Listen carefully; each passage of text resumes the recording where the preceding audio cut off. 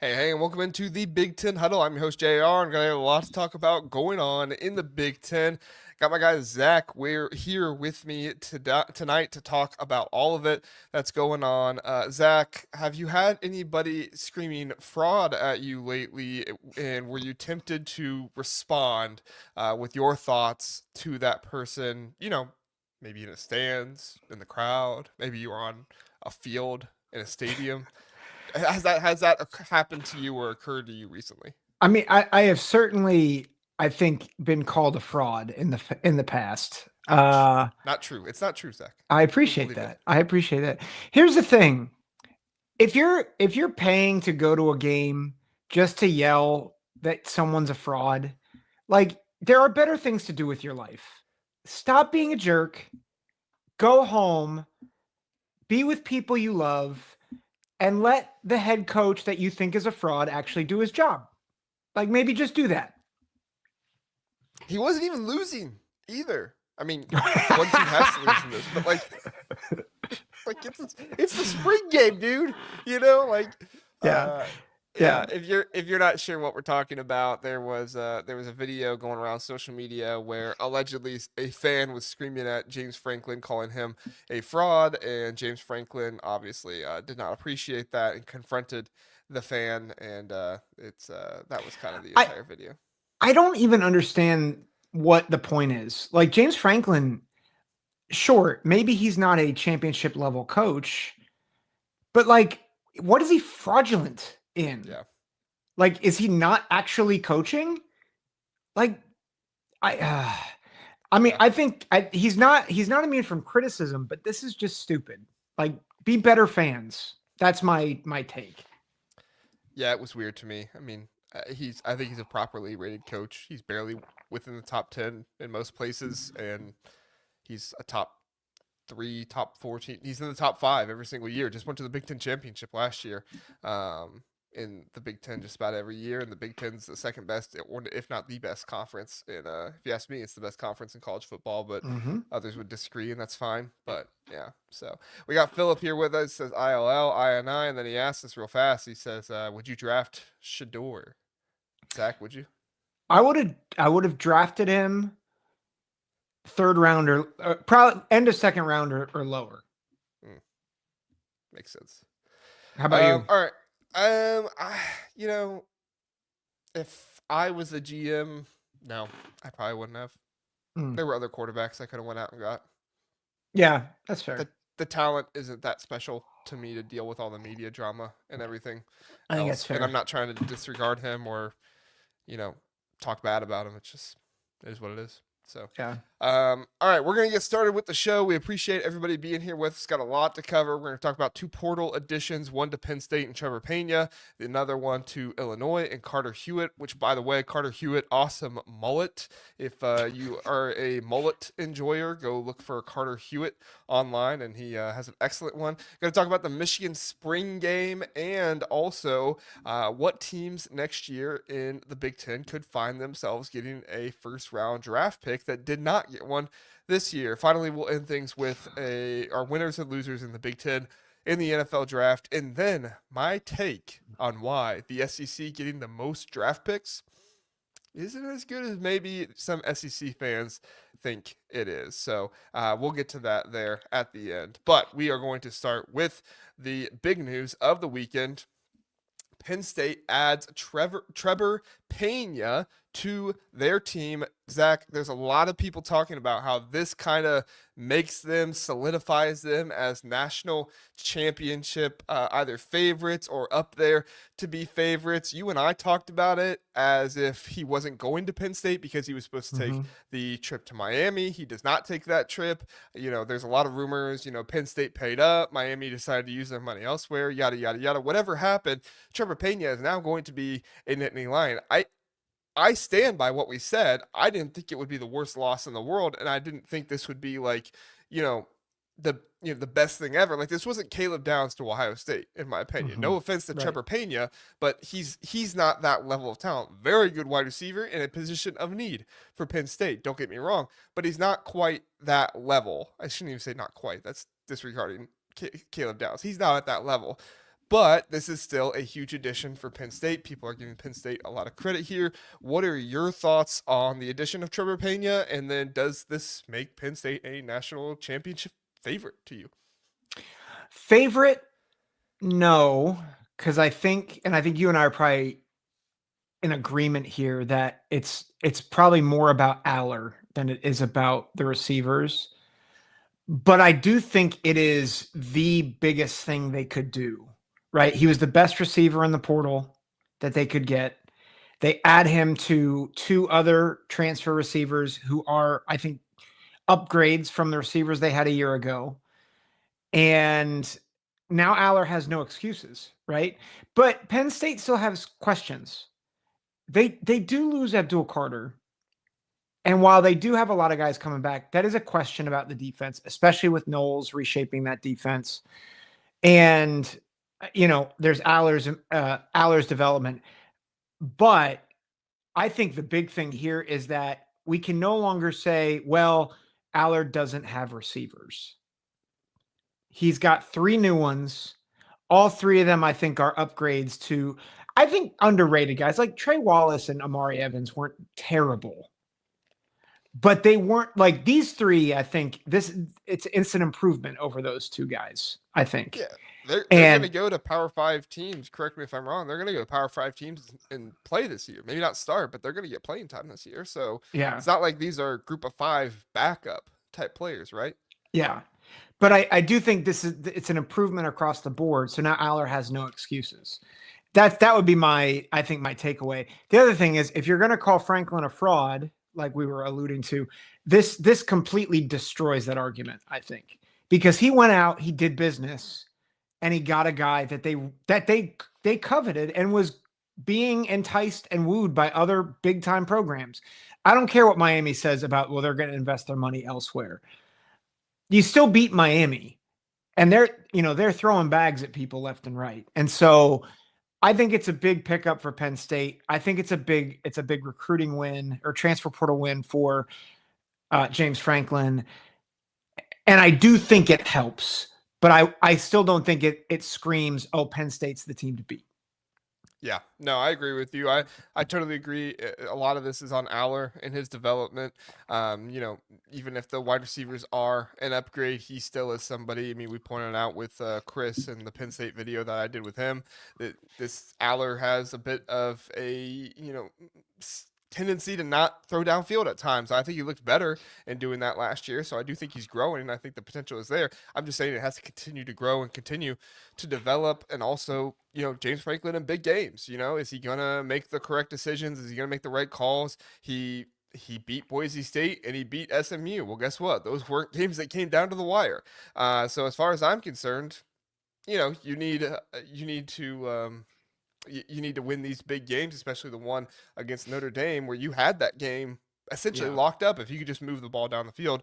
Unfortunately, they weren't able to do so, and they lost that one. But as far as I'm concerned on favorites to win the national championship next year, I would probably, and we talked about this with Yankee a little bit in our call-in show, I'd probably put them top 3. I'd probably say it's Ohio State, Texas, and Penn State for me. I mean, very slightly, I probably have Ohio State, but I don't feel great about that. And I also recognize that I'm an Ohio State fan, so I probably have a little bit of bias by saying that. But at the same time, I just think that they have a whole lot of talent coming back. And I also don't know if any team has really improved all that much to get ahead of Ohio State last to this year. Clemson's kind of doing the same thing Penn State is doing, but I think Penn State probably has some better talent in my mind than Clemson. Obviously, somebody who's in the ACC, and the ACC's not been going well so far. So those would probably be my 3 favorites, but I wouldn't argue somebody if they put a Georgia or an Oregon or a Clemson in there instead of one of the others. Like I think it's a very close race going into the season. Yeah. I think the difficulty in all of this, Penn State returns the most talent because Georgia, Ohio State, Texas all lost a lot of guys. I mean, Ohio State and Georgia especially. And there's the question of how do those teams respond to losing so much talent? That's, I think, the biggest question mark for me. is does Penn State's talent retention give them a leg up on some of the other powers? Yeah. In addition to everybody else, we have Terry here with us saying, "Hey boys, IU had a great off season." Yes, they Yeah, did. they Gonna did. talk Indiana a little bit when we get to our first rounds segment as well. John is here, says, "Good evening. Sorry I'm late, but go Hoosiers." You're not that late, Mm, John. No worries. We appreciate you being here. Philip has an insightful. Oh, and 49ers, they did get to Indiana Hoosiers, so that's good for them. I love that 49ers took them. We'll end the Trebor Pena discussion on this. Philip says, "Is Aller just Dak Prescott in Dallas, check down king, but struggles against the best teams?" I mean, I don't really want to put anybody in Dak Prescott level, especially somebody I like in Drew Aller. Like, I think that's the thing some people don't get. Like, I like Drew Aller. Dude's from Ohio. Dude went to Penn State because Ohio State was only interested in him late, and I get that. But I like Drew Aller. I think that he has a lot of talent. He just needs to get off, just doing one read essentially. And I yeah, think that's kind of when he's got himself in the most trouble. He looks at that first read and just kind of goes with it, and it is yeah. what it is. But I think he can move on from there. So, any final thoughts on Drew Aller and everything before we move on, Zach? I think one other question, and I think you were just kind of alluding to this with Aller and being one read. I am curious how year two of being in the Andy Nicky system helps or doesn't help Drew Aller. Like, does he get more comfortable, and does that allow his mechanics to be more sound? Does he actually scan the field better being in year two of that offense? Yeah, great point. Great point. A couple more welcomes to do, and then we'll move on. Doug and Angie. Don't know if I've ever seen you guys in the chat before. They say boiler up. Doug, Angie, thanks for being here. We appreciate it. Yeah. Very, very nice to have you here with us. And yes, boiler up indeed. Exploring with Ben and Sam says hashtag best draft drama ever. It was a very dramatic draft. It was, and that's what we love, right? We love the Yeah. drama of the draft. So eating it up for sure. We'll talk a little bit more about it at the end. And one final comment, John is in the chat. John, are you excited for the prospect of Tyler Warren throwing passes to Anthony Richardson? I saw that on Twitter today, and I Oh. thought that's perfect. Oh. Put Andy Kotelnicki in in Indianapolis, and he'd have Tyler Warren throwing passes to Anthony Richardson. Is there a quarterback controversy in Indianapolis? I think it's Anthony Richardson this year, but if he Yeah. fails, they'll probably draft another one. So, Yeah. but Tyler who Warren, knows? QB Maybe one. Tyler Warren's the next one. Who knows? So, all right, Zach. Add another ad. Carter Hewitt, mullet of the year, by the way. Go check him out. All right. If you haven't seen him, I wanted to get I couldn't find very many good pictures of him with the mullet. Everything else, every picture was like him with somebody else, or it was like a really close in picture of his face. And I didn't think that was a great one to put up here. So go check him out, though. Don't leave the show yet. Wait until after. Go check out Carter Hewitt's mullet. Zach, he is signed with Illinois. He does have the best mullet on the team. I don't know if he's the best defensive lineman on the team. However, this does add depth in my mind for Illinois. What are your thoughts on the addition by Bert Bielema? Well, first of all, Bert's the man. Bert. It's good, right? He's not a highly regarded guy. He is another big body up front, which I think is good. It's in the defensive line, which is where they need to add depth. So I do think it's a good move for Illinois. They're continuing to make progress in just making that line to have a rotation, which I think is really, really good, especially because the more active that front four can be, it enables their back seven, which I think is the strength of their defense, to be more active, to pick passes off, to disrupt. So I like it. It's not a flashy pick, but it's good. It's a good pickup. Yeah, I think I had a little bit of which, by the way, Blue Wolverine is here. Hello, Blue Wolverine. Appreciate you being here. We have Michigan spring game thoughts here in the next segment, so we hope you'll stick around for that. Appreciate you being here. And Philip is sending up his Burt signal, which we'll just leave that up there a little bit while we talk about Illinois. That's great. I think I had a preconceived notion against FCS transfers, especially on the defensive line, for some time, and I think that was a little bit unfair. Of Hmm. me, I have seen how Logan George has come into Ohio State and done very well. Even in the spring game, he did very well. And so I'm not saying he's like a star player or anything like that, but I think he can add depth. And I think Carter Hewitt, probably about the same way. He can come in, he can add depth for Illinois. And more than anything, that's kind of what this Illinois team needs on the defensive line. They've had very good players, but talking to Sonny Verma of Locked On Illini, best Illini coverage out there, by the way, go check him out. That was kind of his biggest concern was like we've had the game records, we've had the guys on the defensive line, just haven't had the depth to be able to keep them fresh all game and throughout the entire season. So Carter Hewitt is going to add to that. They also picked up 2 offensive linemen in the transfer portal too. So I like what Burt is doing here, getting guys in the trenches and increasing the depth there is a really important thing. Thought they would do that at running back. Sonny did too, or not running back, linebacker. Thought they'd do that. Sonny did too. And they still have time. We'll see what happens, but definitely a good addition to me. So, any other thoughts on Carter Hewitt, Zach? I just think in the transfer portal era, one of the things you have to do to stay relevant is to make sure you have depth in the lines. And I think what they did here was phenomenal. Like it's not flashy. Caitlin said it. Brett doesn't really do flashy picks. He's great at developing players though. That's what he's doing, and he's developing depth. And I think that particularly in the Big Ten, where it is a grind, you have got to have a depth, particularly in that front four, the 5 guys up front in the offensive line, and that's what he's doing. So really good work by him. For sure. Great work by Burt Bielema. We love it. So PK is here. He says IU picked up 2 edge rushers, Wyatt and Daly. Yeah, we talked a little bit about Wyatt when that first happened. I apologize. We should have done a segment on that. I didn't plan it for the show. Maybe I'll do a solo video on that one. And then Zach, your favorite, Daly. You know where he's from? Is he from? I don't know where he's from. It's your favorite. It's your favorite school. Miami? No, Kent State. Kent State. I was like, where are you going with this? Hey, Kent State making an appearance on the show. Here we go. Yeah, I didn't do a video on that one, and I think it just happened, and we kind of mentioned it slightly. But PK, thank you for. I'm gonna write that down to make sure that I do IU edge rushers video. So thank you for reminding me that of PK. And then we got Kinetic here. What's up, y'all? He says hashtag Bo Glue. Remember, that's what I do for the Michigan fans because I don't want to lose my Buckeye card. But I try to say their names and stuff like that when they come in here, or their like chants and stuff. But I hope you can respect it, Kinetic. We appreciate you being here.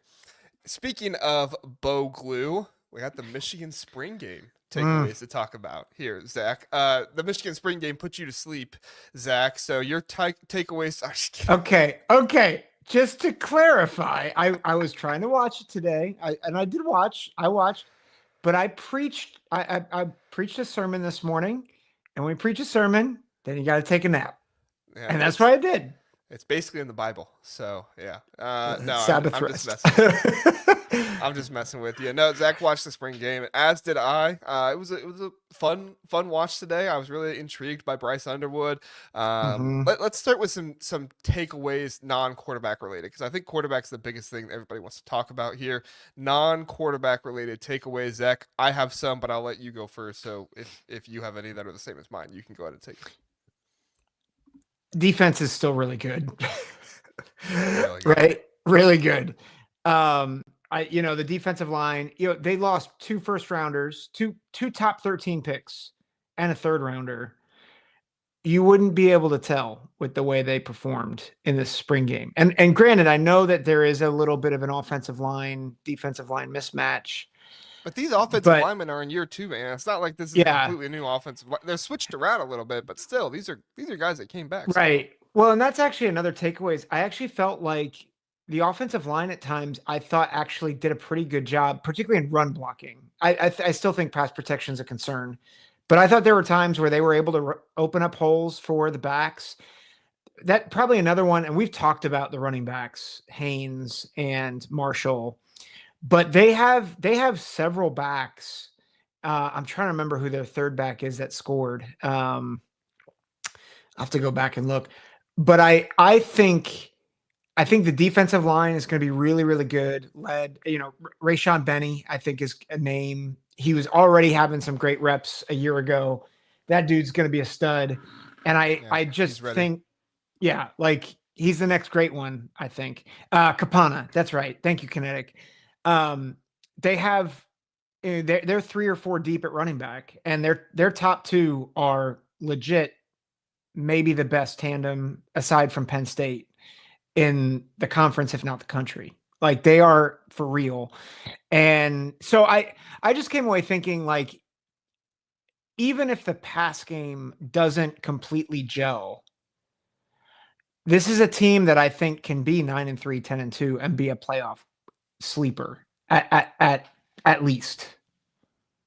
Yeah, we'll talk confidence in the playoffs here at the end. Connect did bring up a good point. I'm not going to put the comment on the screen because it was a little long, but essentially what he said was, it's not one versus ones and twos versus twos. They draft the teams and stuff like that. So you Yeah. don't necessarily have an offensive line that has been with each other, this entire time going together. And that's a very good point. So I don't really have much on the offensive line. I thought they ran blocked well, run blocked well, which was good, and that's what you want to see. Yeah. It was a little interesting. The first play of the game was a sack, right? But again, that is one of those Yeah. things where pressure is hard to pick up when you haven't had guys playing together the entire time. So it's going to be interesting to see. I think I just came away more than anything. The defensive line is awesome. I still hesitate to say they're as good as last year because I think that takes away from how good last year was. But Certainly. that Yeah. by no means does that mean that I don't think they're going to be fantastic again this year. Yeah. So that's good for them. Also, like Bryce Young, like we can start getting to the quarterbacks now. Dude has a live arm. Dude has a fantastic arm. The ball comes off his hand very pretty. It looks really good. He was overthrowing guys in this one, couple underthrows as well. But I mean, the dude's still 17 years old. So, and he just Yeah. went through one spring. So he's going to get it. He's going to continue to develop, and that'll be important for them. I think if they could get a backup quarterback in the portal, it would be good for him because I don't know about Bryce Underwood. Sorry, Philip. Bryce Underwood. Um, that's how good he looked. I was just comparing him to Bryce Young. No, but I can see why Jaden Davis wasn't given a whole lot of snaps last year. He looked like he was struggling a little bit. We'll see. What he kind of looks like as he continues to grow and stuff like that. But he's had a year. He in my mind he should look better than what we saw with him. But for all we know, could have just been one bad day. It is what it is. It Yeah. happens. But he's experienced now, and Mikey King could always come back and be the backup too. He's been kind of banged up and stuff like that. But Yeah. you're looking really really promising with Bryce Underwood, live arm, really good, and looks like they're going to throw the ball down the field a lot this season if you take away from what they did in the spring game, which is encouraging to me if I'm a Michigan fan. Yeah. Well, and I'm glad that they did air it out because that's what they need to work on, right? Getting their quarterbacks live reps. I think to your point about Mikey Keene, they said it at the top of the broadcast that he is hurt and that's why he wasn't playing. And so I do think Mikey Keene is still a name to watch. I think it's Underwood's job to lose. I think that's very clear. But I do think Mikey Keene, I think he is a guy that at the very least is going to be in the backup role in come fall. And I think he is probably going to be a much more trusted backup than Jaden Davis, who I think is still learning and still kind of getting his footwork and mechanics all figured out. Because I think that was the biggest struggle with him was, at times when he was able to kind of stay upright or if he could move around a little bit, he was fine. But when things got haywire, I mean, everything kind of came apart for him. And he definitely needs some more seasoning. For sure. For sure.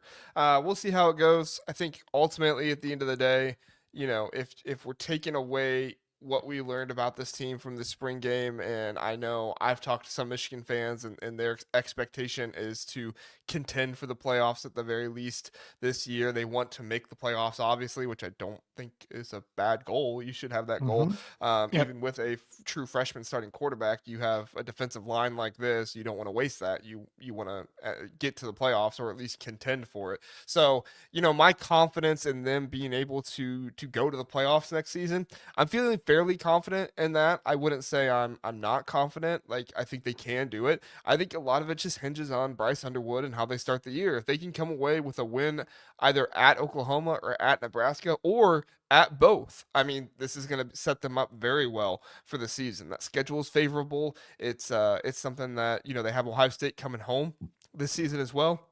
That's another Mhm. big thing for them. So this schedule is in favor of what they're trying to do. The only hard part is you do face two really tough road games there in the first four games of the season. If you have Bryce Underwood starting, that's just more for him to try and get through, right? Dylan Mhm. Raiola last year for Nebraska, he started out home games. It was really good for him to start that way. But when you saw once he started going on the road, things got tougher for him. We'll see how Bryce Underwood is able to adjust. I think he'll do. I think he'll do fine. It's just what does fine win you in with a true freshman quarterback? We'll have to see. What's your confidence level, Zach?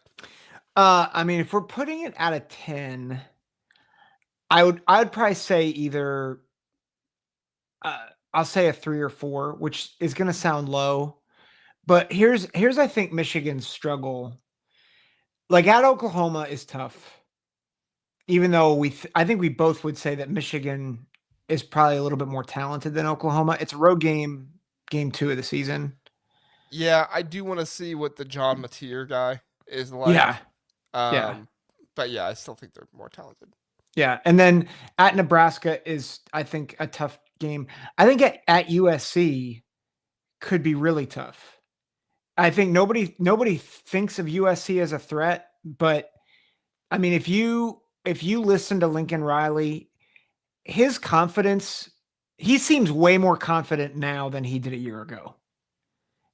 I'd And actually disagree on that, man. When he came to media days, dude was talking a lot of smack about being a blue blood and how they're gonna come into this conference and show they're a blue blood and this, that, and the other. Like, I saw somebody commenting on that the other day, like the confidence of Lincoln Riley, and I'm like, guys, he had the same mm, confidence last year. Like he was, and I know some of that didn't get out there as much because some of it was to kind of local media with USC, yeah, that's so that fair. was kind of hard for people. But and that's why it pays to be at Big Ten Media Days. Unfortunately, I won't be able to go this year because it's in Vegas, and Big Ten Huddle doesn't exactly have the budget to go to Vegas yet. We'll get there someday. Yet, yeah, Uh, but that was kind of my thing. It's like I know not everybody saw it, but from what I saw, dude was super confident at Big Ten Media Days, talking about being a blue blood and everything else. So, I think that's just kind of who Lincoln Riley is. Like his yeah, confidence isn't going to shake, which is great yeah, for him. that's fair. Well, still, I just feel like USC's they are a question mark. Washington is a question mark. A lot of people like them as a dark horse to potentially win the conference. I don't know if I would go that far, but there's a lot of optimism around the Huskies. And then, they have to play Ohio State, who obviously they've beaten four straight times. But I just think there's enough landmines and enough questions where you're like, I can see 9-3. I don't know if 9-3 gets them in the playoff. I think they'd have to go 10-2, and they would need a win. They would need probably a marquee win, which they would get if they're at 10-2. So Yeah, 10 if and they're at 10 2, 10-2 is where I think they would have to go, and I'm not convinced that 10-2 is where they end up. yeah, I think they're most losses they're going to see next season, and this is in like dire scenario, like bad scenario, I think the most they're going to see next season is 4.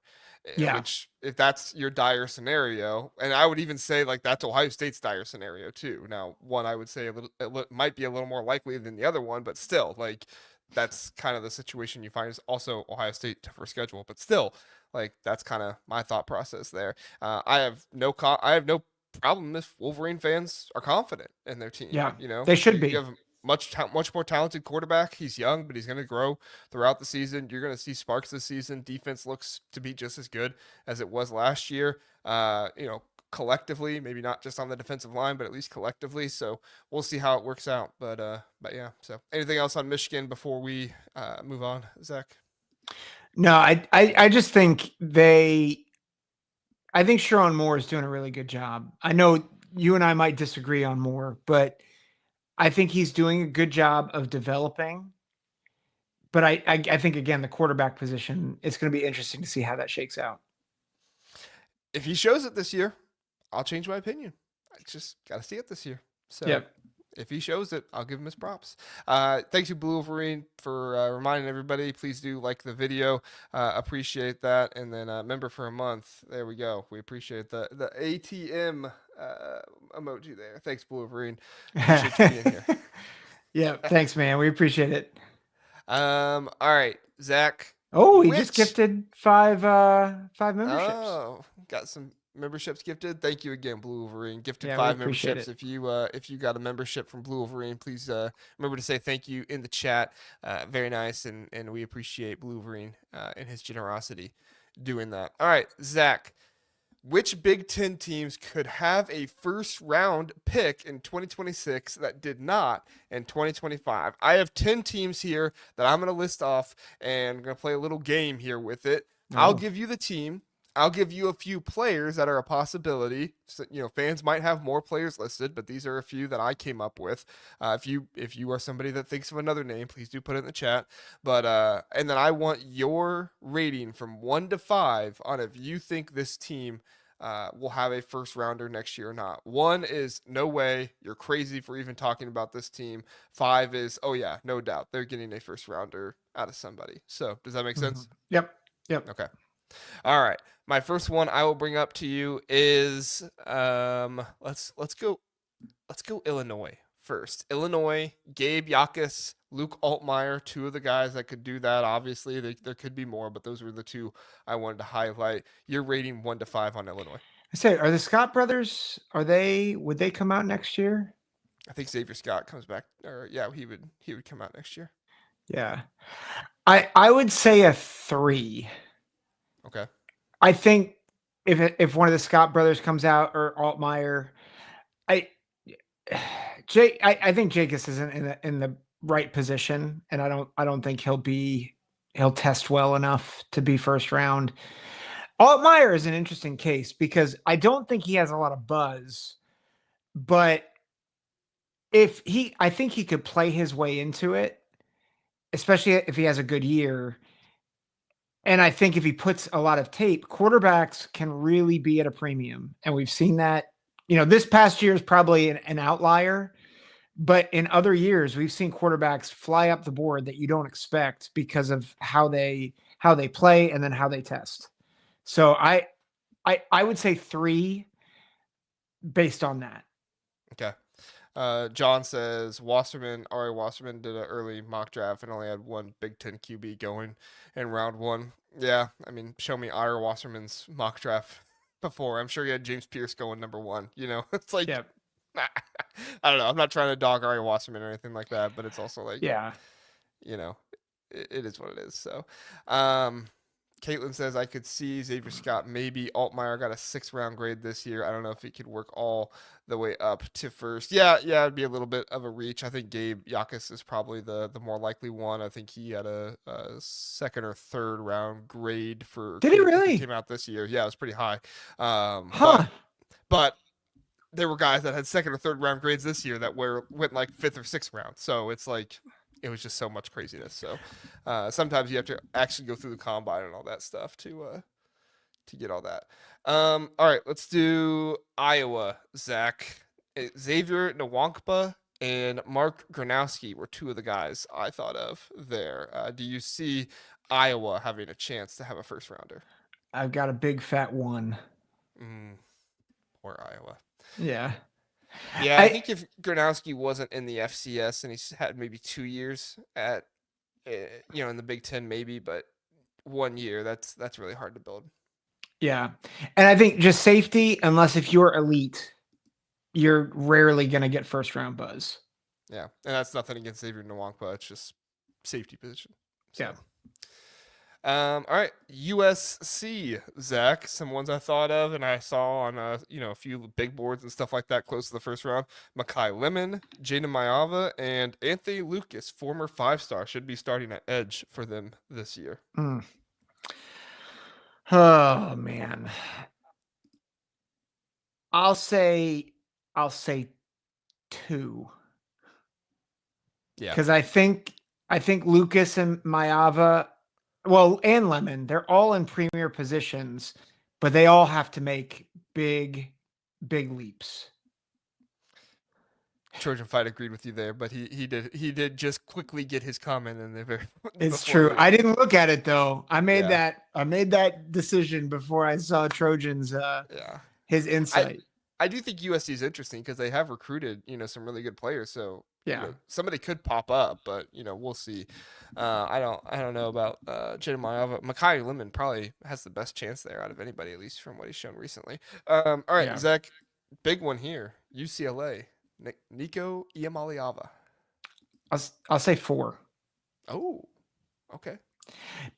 And now I kind of want to take that back. If he comes out, I think it could be a 4. Okay.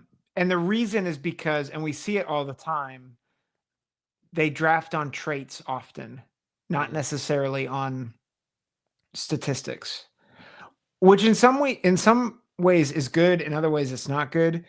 But I could see, like, he's already shown the desire. Like, I don't think he's interested in staying in college. Mock drafts are already showing him as the number 2 overall pick in certain NFL mock drafts. Now, mock drafts are stupid this time of year. So, like, I'm not saying that you should listen to those, but I just think his measurables are going to be very attractive. And I think it's very possible that even if he doesn't have a great year at UCLA, somebody takes a flyer on him late first round. It's a possibility. Yeah, I like what you're thinking there. All right, let's go to the next one. This is the one I had the most names for because actually this team does have a number of players that have been rated high. No 5 stars here, but a number of players have been rated high, and they got a wide receiver from Ohio State this past year. So who knows what could happen there. Wisconsin, Tackett Curtis, linebacker. He was a high 4-star. Jaden Ballard, wide receiver, former Ohio State wide receiver. They have a number of offensive linemen that are going to be eligible that they were either number 1 player in Wisconsin or number 1 player in Minnesota in their class. And, 4-star top 150 players, Joe Bruner, JP Benjoshell. I probably totally screwed that up. I apologize. And then Riley Mahlman. Any thoughts on Wisconsin 1 through 5 there, Zach? I think I'll go with like a -7. Ooh, ouch. Okay. It's just no way. I thought maybe the number could help a little bit. Maybe a 2. No, I can't. Okay. So most of these linemen, I don't think have developed enough yet. Yeah. And then the other guys, they're not like Tackett Curtis has not demonstrated to me that he's anywhere close to a first rounder. I don't know if he's gonna get drafted. Yeah, he doesn't have the athleticism. Yeah, and then Jaden Ballard's not gonna get like he would have to have an insane year, and even then, I don't think. Well, and they don't draft on speed like they used to. Yeah, Isaiah Bond didn't even get drafted this year. Yeah, So I just don't think. I think actually, out of any team you have on this list, Wisconsin's actually the least likely to have anyone. I would even go as far to say least likely to have someone in the first 2 days of the draft. Wow. Well, we made Wisconsin fans mad the last episode, so we'll just keep making them mad. They said, "Hey, we thought you guys were Ohio State fans. Why aren't you biased for Luke Fickell?" And I said, "Well, it's because we try not to be biased, but it's because Luke Fickell hasn't given us anything to be excited about, which is unfortunate. Like we want him to, but that's basically what I said. Yeah, I was like, we want to be excited, but if we're being realistic, there's nothing to be excited about. So yeah." All right, Zach. I know John will like this one. Indiana. Fernando Mendoza, D'Angelo Pons, Mikael Kamara, Elijah Surratt. Also, somebody mentioned him earlier. I don't know how I left him off there. For some reason, I did though. But I mean, those are 4 pretty powerful names to possibly get into the first round from Indiana. What's your rating there? I'm gonna make Indiana fans mad. I'm gonna say 2. Whoa! But here's my rationale. I don't think Mendoza's going to come out this year. Okay. So you think he could be a first rounder but maybe next Yes. year. Yeah, I think Okay. he'll stay in because I think we saw that for a lot of quarterbacks, it's better to stay an extra year in Okay. this draft. I think Pons and Kamara and Surratt, I think the problem that they're going to have is their measurements. Like Pons is a short corner. Kamara is a short edge. He's 6'1". Surratt is a tough son of a gun. I love him, but he's not like, I think he's more like going to be a second, third, fourth round pick where he's does the dirty work. I just don't think any of those guys are going to pop athletically like other teams will. So I hate to say it because I think they're all great players, but again, it's one of those things where they're going to draft not just on your film, but on your measurables as well. That's fair. That's fair.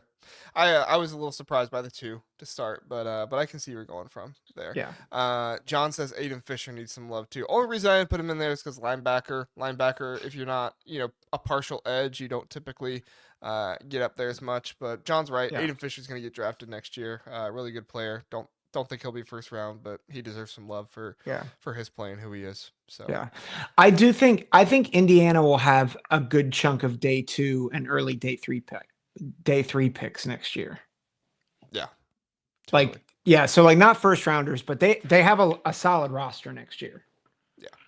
All right. I think these would be a little bit quicker here, Zach. Nebraska, Dane Key, Dasan McCullough. Any chance there? Sorry, Nebraska fans. It's a 1 for the podcast listeners. Yeah. You couldn't tell. Zach, I was not going to put this team in there, but they have had a first or a second round draft pick for like 6 years in a row now, which is something that really only like Ohio State and Georgia and Alabama is doing. Actually, did Alabama? Yeah, Alabama did with Booker. So their streak is still going too. Minnesota, I don't really know who to put there other than Darius Taylor, but I mean, PJ does this where you're like, who's going to be their first or second rounder? And then somebody has a really good year and pops up. It could happen. We'll see. But your thoughts on it? I say, are there linemen that are eligible next year for them? I would think that they're defensive lineman. I think that I saw that I debated on Jeffries maybe. But which, by the way, I don't think Jaw Joyner got drafted, and that was a mistake. Yeah, I'm like, that's dumb. He was fantastic last year. Yeah, I love Darius Taylor. He's not a first round back, and that's not a knock on him. There are very few first round running backs, and so I just don't think. I don't see. I think Coy Parrish the year after is a potential, but again, you run into like safeties. Like, can safeties actually, unless you're really elite? That's why I think it helps him that he's playing both ways this year. Yeah. So, all right, 2 more left. I'll start with the one that's probably more likely. Washington, Denzel Boston, Tacario Davis. They have some other guys as well, but I think those are probably the big 2 to mention. Damon Williams cannot go to the NFL this year. He would be next year. Jonah Coleman, I guess, would be one to mention too. But like you said, running backs, that's so hard to say. You have to be really good. I love me some Denzel Boston. I'll say 3 because I think Boston could work his way up, but I'm not sure that he is. Yeah, I think there's a lot of receivers in next year's draft, and it could be a log jam. And so it could be tough for him to fight through to the first round. Okay. All right, last one. And I actually wasn't even going to put this team on there, but I saw a big board that had both of these guys in the top 60 of their big board, which I thought was kind of crazy. But you know what? I'm going to put them on there. We'll let you rate them. Michigan State, Aiden Childs and Jack Velling. Tight end Jack Velling, who did not have a great year last year, unfortunately for him. Yeah, I'll say 2. I'll say 2. Because like one of them could pop. But I think Childs, I think if he leaves next year, he's insane. Sorry, that's the wrong way to put it. I don't think it'd be a smart business move for him to leave next year. And Jack Velling as a tight end, like you have to be a really, really good tight end. Like this year was again an aberration that 2 Big Ten tight ends got picked in the first round. Yeah. Tight end's not likely to go in the first round, but two really good players that did this year. So makes sense. All right. Hey, we're gonna hit a commercial break really fast. We'll come back and we'll give our draft winners and losers. Excuse me, for the Big Ten, and then we will get to my hot take about the SEC and how them breaking the record for the most draft picks by a conference isn't as good of a thing as some might think. We'll be right back. Have you ever wanted to watch all 22 film, that film the coaches watch? Well, now you can. Introducing the Coaches Film Room. Over at Minutes to Sports, former college coach Zach Smith breaks down film of the most relevant teams in college football with a bit of a Big Ten lead. It's not free, so you'll need to sign up for the Colonel tier, which is $25 a month, but I can attest to you that it is far more worth it than that. With about 4 to 8 games per week, this is worth so much more money, not to mention Zach's analysis, making you a smarter football fan. Go check it out. The links are in the description, minutestosports.com. You won't be sorry. Back here on the Big Ten Huddle. Appreciate you being here. John did point out Texans and Colts drafted a lot of Big Ten players. Steelers too. Steelers took all Big Ten and I think 1 MAC player. So Midwest guys for the Steelers. So that's awesome. We love that. Is Will Howard the next Tom Brady? No, unfortunately, I don't think he is, but I think he will probably be a very solid backup and possibly have some time to start in the NFL. You don't think so? Well, I'm just saying. I'm just throwing it out there. I thought he had I think he's at a great landing spot, and we'll see. There you go. Yeah, I don't actually think he's the next Tom Brady, but I know you don't. I know you don't. I thought it was interesting. He fell to the 6th round. He's at a really good franchise.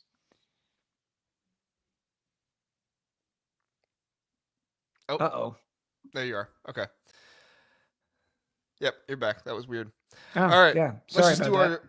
You're good. I have my winners and losers from the NFL draft in the Big Ten. I'm going to let Zach react to them, and then we'll go from there. So we'll start with winners. Zach, my winners I had in the Big Ten in the NFL draft. Shocker, Oregon, Michigan, Ohio State, Penn State. Basically the teams that had first-round draft picks. Now, I do want to make a caveat because as I get into this a little bit further, it's going to sound like I am, kind of going back on my word here a little bit with Michigan, but I think Michigan is a winner for the fact that they continue the run in the development of defensive line development and recruiting that they can continue to sell to players. So even though Michigan didn't have as good of a season as Oregon, Ohio State, and Penn State did, this was still a win for them that they were still able to sell that kind of recruiting to defensive linemen in addition to what they're having back this season. So I do want to make that caveat, but Zach, your thoughts on my winners?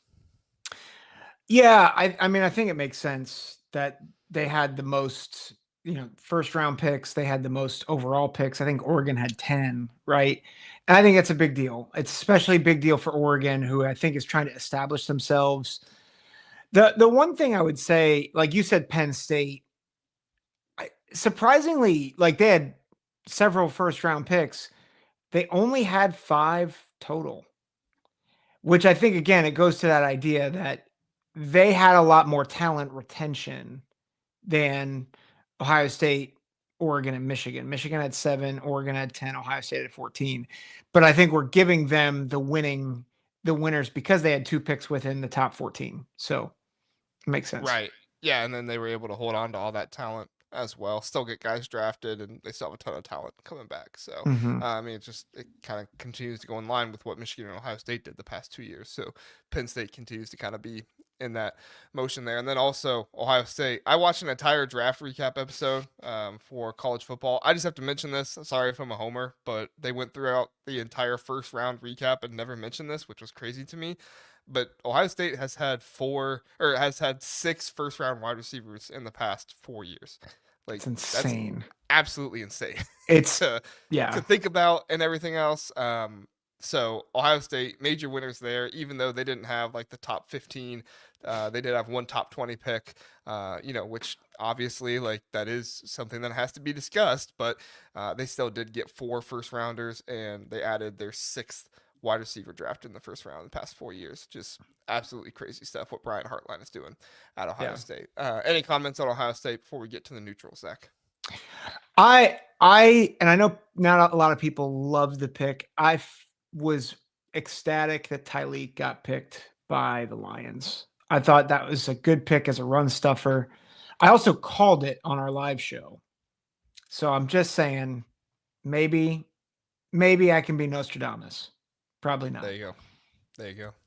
All right, we get to my neutrals now. My neutrals, I have Maryland, Illinois, and Indiana. So Maryland had a really good day. 6 draft picks for them really shows the development and the recruiting that Mike Locksley is doing there. My thing with them, though, and it'll make more sense as I get further into this and kind of talk about some other teams, is like you have 6 draft picks. You only won 4 games with them. So, like, yes, I do think it was a good day for Maryland. They got 6 draft picks, and I think that adds to some of their, recruiting and stuff like that I mentioned for Michigan. But it's a little bit different because Mike Locksley has been there a while. It's not like Sharon Moore's first year at Michigan, so I see that a little bit different. If you want to say I'm wrong and you disagree with me, I totally get that. If Maryland fans want to say that they had a win, and I do think that's something they need to celebrate, that they got 6 guys drafted.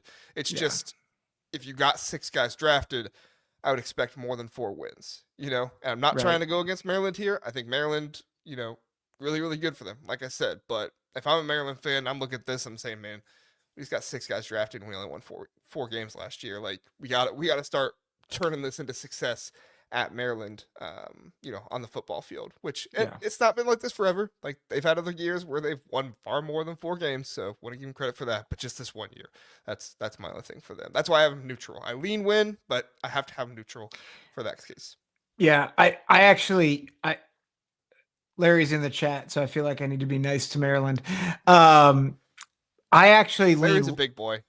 I know. I actually lean a little to the other side, and it's not because I hate Maryland. I don't, but I think maybe the microcosm of this is Ruben Hippolyte, who's taking the 4th round, wasn't on a lot of people's lists for like to be drafted. And the reason why he got drafted is how he tested at pro day. Like, ran, I think, a 4.4 40 at the pro day and shocked everyone with his speed and athleticism. And I feel like that is a microcosm of how I feel about Maryland. Is it's like, why was this athleticism not developed more? And I think that, like, you look at some of these, like, it's not like they had a bunch of 7th round picks. They had Ty Felton, who's a 3rd rounder, Hippolyte, who's a 4th rounder, Jordan Phillips, who's a 5th rounder, Dante Trader, who I think is a really good safety as a 5th rounder. Like, they had guys who are a little higher up in the draft, and it just makes you think, why couldn't this be something else? So, but Larry makes a good point in the chat. They also contributed to 3 straight bowl wins, which is that's a big deal for Maryland. So that's a good point. But it's just hard. Yeah, it's hard to figure out how to figure out what this says about Maryland and the development. Yeah. That's why I say neutral. I think there's a lot to be happy about if you're a Maryland fan, but I also think there is the thought of like, but this past season could have been more, Yeah. So there's back and forth. That's what neutral is. And it's the same thing with Illinois, right? Like, Illinois didn't have a whole lot of draft picks this year. They had Pat Bryant, and then Pat Bryant was the only one, but you only have 1 draft pick. It's okay because you brought back all these starters from the bowl game. Yeah. You brought back all these guys for next year. And then Indiana's kind of the same way. It's like, if you're Indiana, you kind of wanted some more draft recognition, but you only have CJ West and Curtis Rourke taken, or CJ West in the, 3rd or 4th round, and then Curtis 4th round, yeah. And then Curtis Rourke in the 7th round. Like, you wanted a little bit more like recognition for what Kirk Kennedy has done, but you also brought guys back. Yeah. So, and you'll get it. Yeah, right. You'll get it. That's why these teams are neutral, to where it's like one area wasn't great, but also you can be proud about something else. So yeah, this is what it is. I'll just say 2 thoughts. One, I thought it was great that Pat Bryant went in the third round because I was afraid he was going to slide. And I'm like, man, he is so much better than I think people give him credit for. And so the fact that he went in the third, I thought was really good for him. And I love that he went to the Broncos. I think that's a good place for him as they Yeah. need receivers. The other thing, And Philip was on it. Philip was on it. He was talking about Pat Bryant, going sooner than maybe some people thought. So yeah. props to Philip. Speaking of Philip, I just listen. I've turned a new leaf. I do not hate Loxley. I do not hate him. I want him to succeed. I want him to prove us right, or prove Larry right. That's really what I hope. So, and no, Pat Bryant is not Larry Fitzgerald. We're just not not going to take that slander. Again. Don't get Zach started again. Yeah. Anyway. Yeah. Well, and my thing, what I would say, this is the last thing I'll say on the neutrals, is anybody that wants to say, "Oh, JR's just hating on Maryland here." I put Maryland in the same category I put Illinois and Indiana, and everybody knows how much love I have for Illinois and Indiana. So, yeah, Homer. Which, by the way, you want to get my thoughts on Illinois? I am a new writer for Writing Illini over for Fansided on the Illinois website there. So if you want to hear my thoughts on Illinois stuff, you can check me out. I also write for Scarlet and Game of Ohio State. Want to try and expand myself out of the Ohio State region, so I figured Illinois, the next best one to go to there. Working on Indiana soon. I just need the time to be able to write for 3 websites. So there you go. Hard to find that much time. All right, and then my losers, Zach, Trojan fight. I'm sorry, you will have a loser listed here. Minnesota, Wisconsin, Nebraska, Washington, USC, and Rutgers. So basically all of these teams had multiple players who did not get drafted that were eligible to be drafted. Like for Nebraska, Nash Hutchmer, the polar bear, didn't get drafted. Tommy Hill, Isaiah Nair didn't get drafted for USC. You only had 3 draft picks. That's, for USC, you think of yourself as a better program than that. Now, they did bring some players back. I'm giving credit there, but still, in a year where you beat 2 SEC teams, you would think, maybe some more guys drafted out of that. Minnesota, boy, sucks for them. Jaw Joyner, Tyler Cooper, Max Brosmer, Danny Strigo, and Daniel Jackson all undrafted. I don't agree with that. I think more of those guys should have been drafted. I think more of those guys are NFL players, but they just didn't happen for him. So that really stinks. And then Rutgers, kind of the same boat. Holland Pierce, Tyreen Powell, Aaron Lewis, Malcolm Ray, Dymere Miller, undrafted. Just tough day for those teams. I'm shocked by Daniel Jackson and Jaw Joyner. That's crazy. I'm going to push back a little bit on one of those. And actually, did you put Iowa anywhere?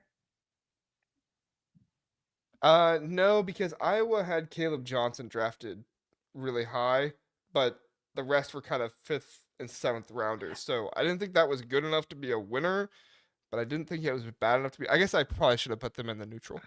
I disagree about Minnesota, and I would actually put Iowa as a loser, but my take is nuanced here. Okay. So Minnesota, yes, they had a lot of guys not drafted.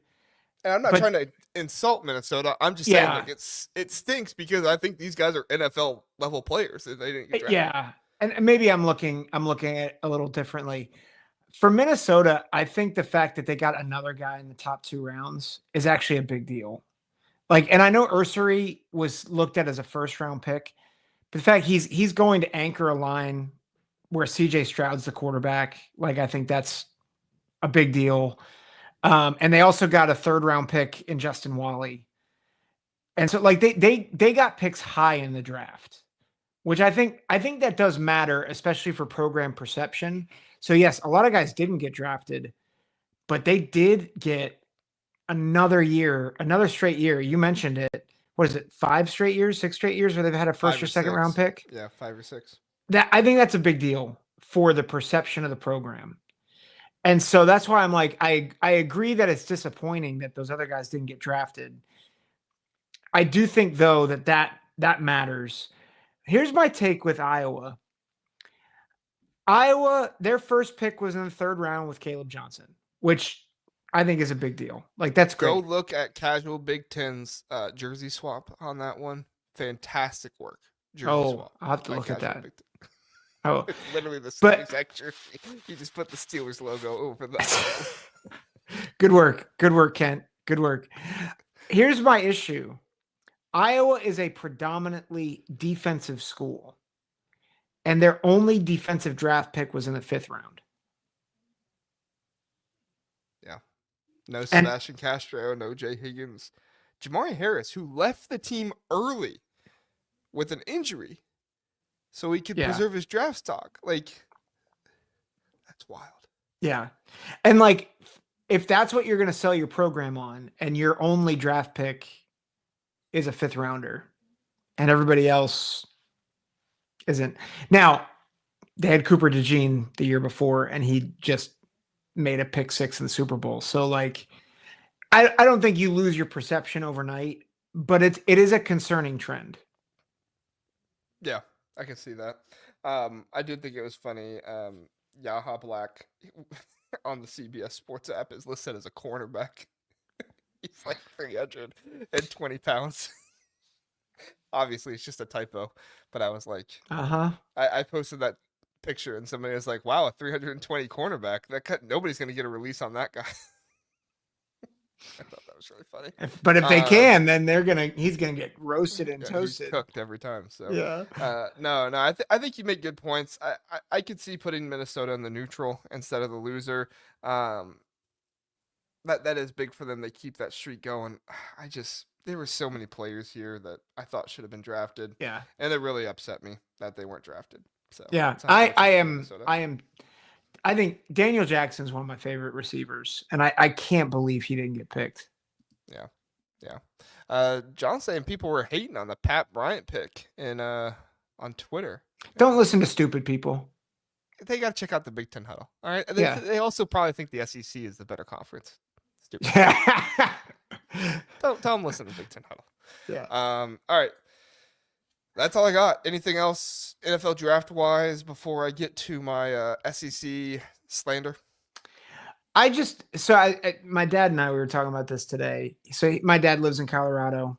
Mhm. And so obviously there's a lot of Big talk about Sanders fan. No, he's not a big Buffaloes fan. His brother went to CU, but okay. My uncle went there. But we were talking about this. I think the Shador stuff, it's a little overblown. And so like we talked about this, how I'm like, I don't think he's a first rounder. But that like then to start hating on him because he's sliding. Like, I just feel like the coverage around him has been so bad. And it's like the kid's awful. Yeah, like the kid can play. And like if he can figure some things out and be coachable, he can play in the NFL. It's just it's either if you think that he shouldn't have been in the first round, you're colluding against him. And if if you don't think this or don't think that, it's like, guys, the NFL is a business at the end of the day. And they are drafting who they think the best player available is. That's it. And so a Mel Kiper is having like a seizure on the stage. Like, hey, he's like either needs to be reevaluated or needs to be fired because that was an embarrassment on ESPN. But like it doesn't help the kid.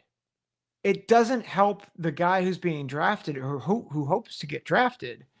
So I just thought this whole media circus, it was like a car wreck. Like you don't want to watch, but you can't take your eyes off of it. And that's not what the draft is supposed to be about. The draft is supposed to be about people realizing their dreams and then going to work. Yeah, I mean, my favorite part of the draft was when Shador was drafted because they stopped talking about him and they actually started talking about the prospects. I mean, there were guys that got drafted that literally didn't even get talked about by ESPN and NFL Network because they were too busy talking about, right. Oh, they didn't take Shador yet. And it's like Cam Ward, the number one pick. Like, that's ridiculous. Who, by the way, is an African-American quarterback. When they're trying to race, trying to use the race card at times as Shador, I'm like, you have first round, number 1 overall pick, African American, who got picked, and you did not talk about him. What are you doing? Yeah. It's unfortunate. But I don't say this because I dislike Shador. I say it because I dislike the coverage that was around him. I'm glad Shador Sanders is out of college football now, and I hope Deion Sanders is close behind him, because as far as I'm concerned, the media coverage is just it focuses far too much on them for far too little of what they're actually doing. And to me, it's agreed. To me, it's all just for clicks. You know, it's a big name. Somebody's going to click on it. And I don't think that's what media should be about. I do think media needs to be about covering teams and stories that people are interested in. So, like, I do think, obviously, he needs to be covered. But at the same time, like, I don't think it should overshadow everything else. Yeah. Kent has a good take. It's like, I don't think anyone questions his talent. He interviewed bad and he comes with baggage, a.k.a. his dad. Yeah. That's what I was going to say, too, is like his talent is fine. It's not like he is not talented. He has certainly aspects to his game that are very good, but when you see some of the selfish attitude, you get the mark of, well, is this guy just holding the ball in the pocket and taking sacks so that way he doesn't have incompletions and his completion percentage is higher, which is crazy to think a quarterback would do that. And with no ground, saying that would happen is crazy as well. But it's what happens when you are perceived to have a selfish attitude. Yeah. So it's unfortunate, but yeah, it is what it is. So, all right. Well, the good news is neither Zach or I are racist, so you don't have to say anything about that. We're gonna move on to what we are is SECist. We are SECist. I don't know. Was that a bad thing to say? Probably not a great thing to say. I apologize. However, I do have my SEC slander to get to. Listen. If I could cut that part out of the podcast, I would. Don't clip that. I forgot. I got to put up my sad Kirby Smart picture. I made this specifically for this part. He is sad. Kirby Smart crying. Wow. In a year where the SEC set the record for the most draft picks, they had all these first round draft picks and everything. Like, it's a year where SEC fans are trying to sell the SEC and look at us. We have all conferences. We have all of these amazing players, and look at how many players we send to the league every single year. Shane Beamer has said it. Kirby Smart says it. All these dudes say it. It goes back to similar to what I was saying about Maryland and one of the knocks I had against Sharon Moore this year, which is like, okay, you have talented guys, but you didn't produce with them. At the end of the day, you are developing players for your team to win. Yeah. I enjoy seeing Ohio State players and Big Ten players, for that matter, go on to the NFL and have success. I think that's great. But if they didn't have success for my team or for my conference, sorry, I really don't I don't feel all that great about you, because you didn't actually bring anything to the team or the teams that I root for. So sure, the SEC can scream and say, oh, 79 picks, which, by the way, the Big Ten had 71. It's the most the Big Ten has ever had as well. The Big Ten is closing the gap. But nobody wants to talk about that because they just want to say, oh, the SEC had all these picks and everything. Well, good for the SEC, but what did they do with that? They had one team get a playoff win this year. 79 draft picks out of that entire conference, 16 teams, and they had one team get a playoff win this year. Still have not beaten a Big Ten team in the playoffs in the past 2 years. A Big Ten team has not lost to another conference. A current Big Ten team has not lost to another conference in the past 2 years in the playoffs. It's not happened. They've only ever lost to other Big Ten teams and the SEC. Or not the SEC, Notre Dame. They have not lost to any other conferences other than each other in the playoffs. If you ask me, it's more impressive that a group was able to do that with 71 draft picks instead of 79. So the SEC can rant and rave all they want about, oh, we got all these draft picks and all this talent and everything, but you don't have the coaches. You don't have the development, and you don't have the culture in your programs. Right now, the Big Ten does. The Big Ten has Ryan Day, who has created a phenomenal culture at Ohio State and has done a very good job building up skill positions. You have Michigan, who has been basically defensive line the past few years with what they've been able to do to get their defensive linemen up and put them in the league. They were even able to get J.J. McCarthy as a top 10 pick 2 years ago, 2 years ago. You have Oregon, who has, sure, you want to talk about their development or whatever, but still, they're bringing in guys that are transfers and then they're sending them off to the league, right? Everybody's going to talk about Jabari Muhammad and how he didn't get drafted last year or this year. Well, talk about the other 10 guys that did get drafted, because there were other guys there that got drafted as well. And they did develop some of those guys from the beginning. You know, Terrence Ferguson, other guys, they developed them as well. So they're showing versatility and being able to do that. In addition to that, you look at Penn State, who sent 5 guys to the draft who sent 5 guys to get drafted this year, while also bringing back a ton of guys. Zach, do you know how many teams in the SEC did not have a single player drafted? I'm going to say 1. 1, Mississippi State. How many teams in the Big Ten did not have a single player drafted? I think 4. 1, Northwestern. Or is it 1? Oh, Northwestern. 1.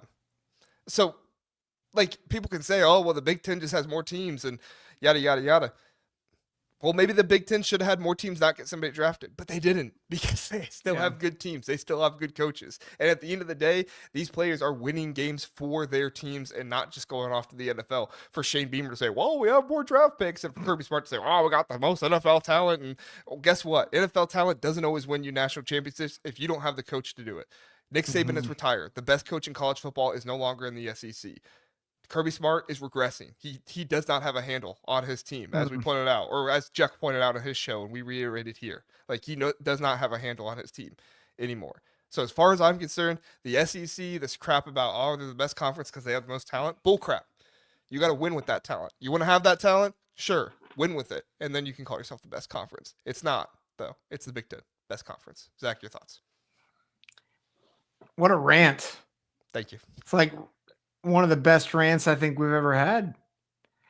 There's something, I mean this, I think you're right in that there is a question about the effectiveness of the SEC and their coaching.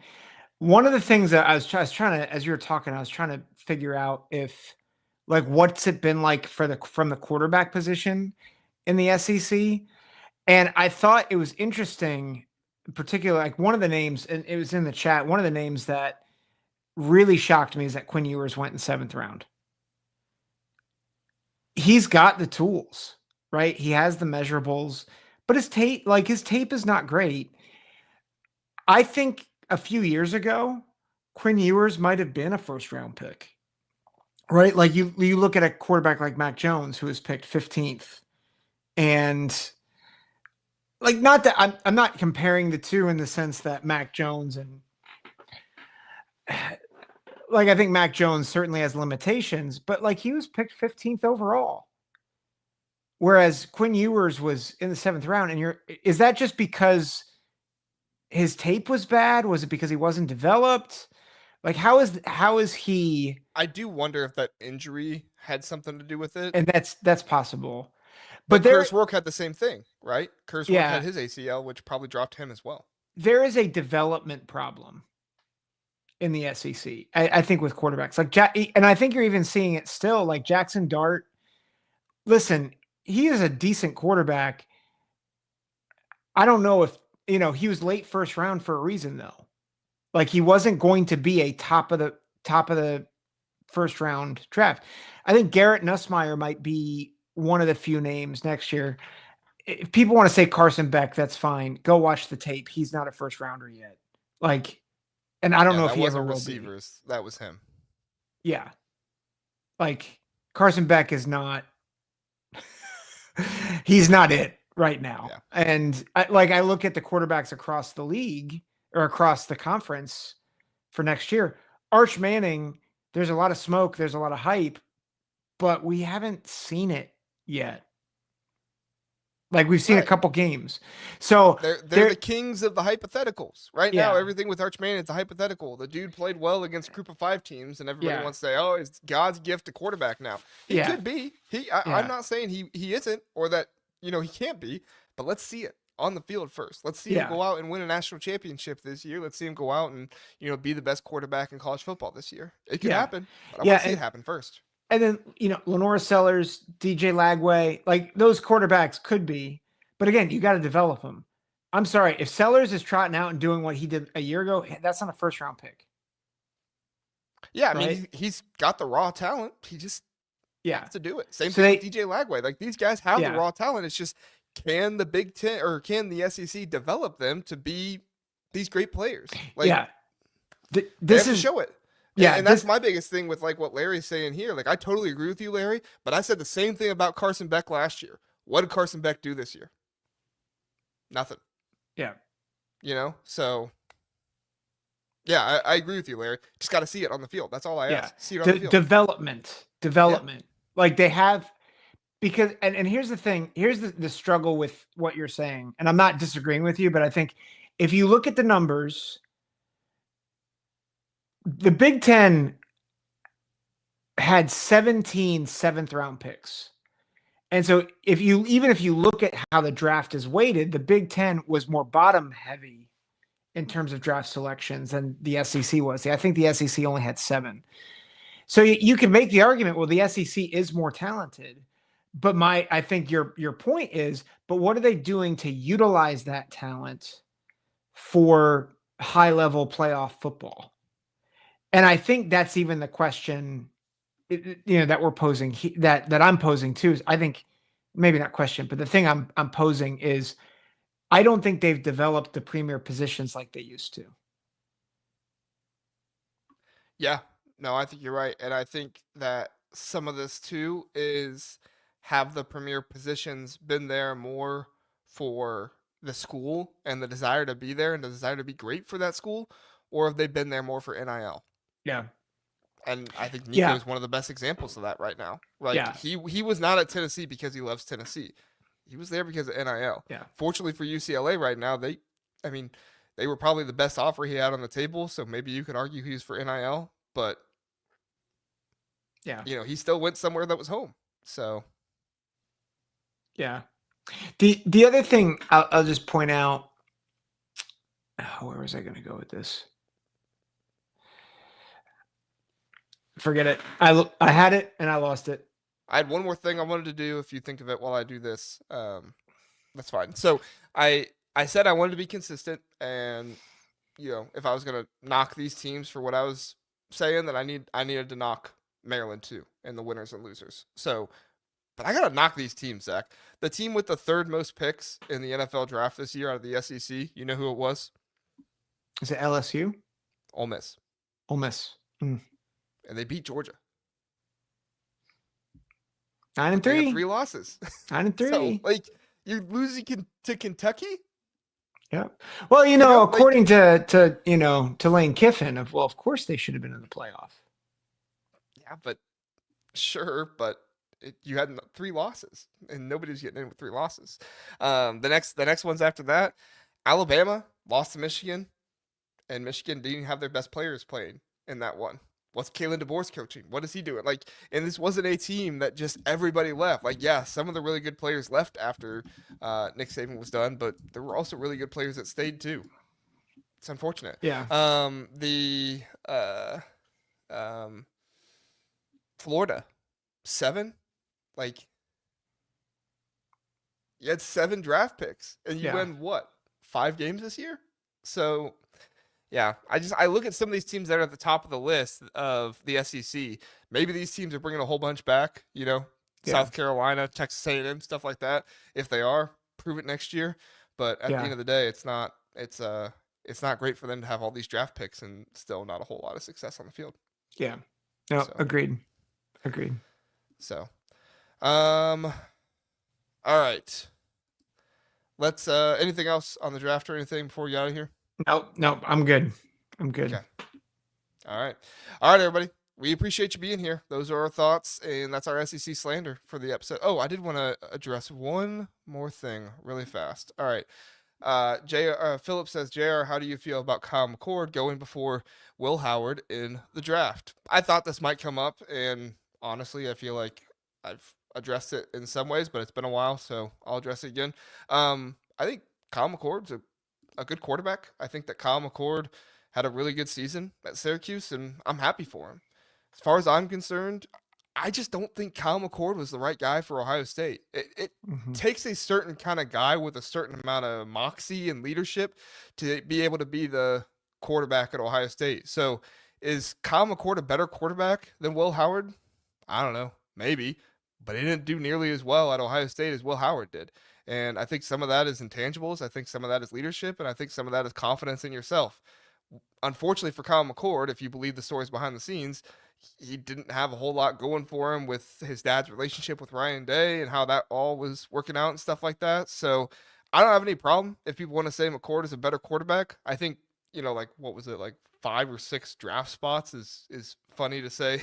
The guy was definitely better because of him, just because at that point it becomes, so much of like who. Like, I would say Mason Graham is a better player than Cam Ward in football. But Mason Graham was drafted 5th. Cam Ward was drafted 1st. And I get that's kind of positional thing. But still, like, if it's a few picks, I'm not going to say one guy is better than the other off of it. But if somebody wanted to say Kyle McCord is better, that's fine.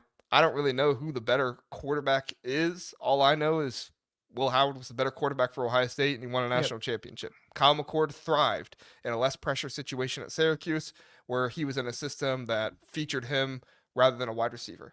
So I think at the end of the day, both quarterbacks won, both teams won, and in the transfer portal era, it's kind of all you can ask for. So I might be dodging your question a little bit there, Philip. Actually, I am dodging your question there a little bit, but it's also just because, honestly, they're both good quarterbacks. They both got drafted. Is one better than the other? I'm sure one is better than the other. But at the end of the day, all I really care about was who was better for Ohio State. I think it proved out that Will Howard was better for Ohio State. Yeah. I don't know if you're dodging the question. I think it's just different quarterbacks fit better in different places. Like, I think they're both good. I think they both have limitations. I think if they're going to succeed in the NFL, they're going to have to work on things. Well, and I mean, it kind of goes along with my theory I have in the NFL of like, not every quarterback that's drafted to a team excels with that team, right? Like, if Tom Brady was drafted by, I don't know, who was a really bad team back then that just completely was terrible. If he was drafted by the Chicago Bears, would Tom Brady have turned into Tom Brady?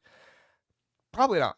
And that's not me saying anything bad about Tom Brady. That's just me being honest about Chicago Bears and who they were, right? Like, and who they are still. Like, they are still a quarterback's worst nightmare to go to. Same thing with the Browns. If Tom Brady went to the Browns, would he have been Tom Brady? Probably not. So some of this stuff is going to the right situations, and I'm not trying to take away anything from Tom Brady. Tom Brady's the GOAT. Like, Tom Brady is the best quarterback to ever do it. I'm not taking anything away from him. I'm just saying sometimes you have to look at fit, where players are, and how it goes for. You're saying the Bears suck. That's what you're saying. Yes, the Bears do suck. Yeah. So, and yeah, Kinetics is saying right now, like, that's situation. It can mean a lot. QB trajectory.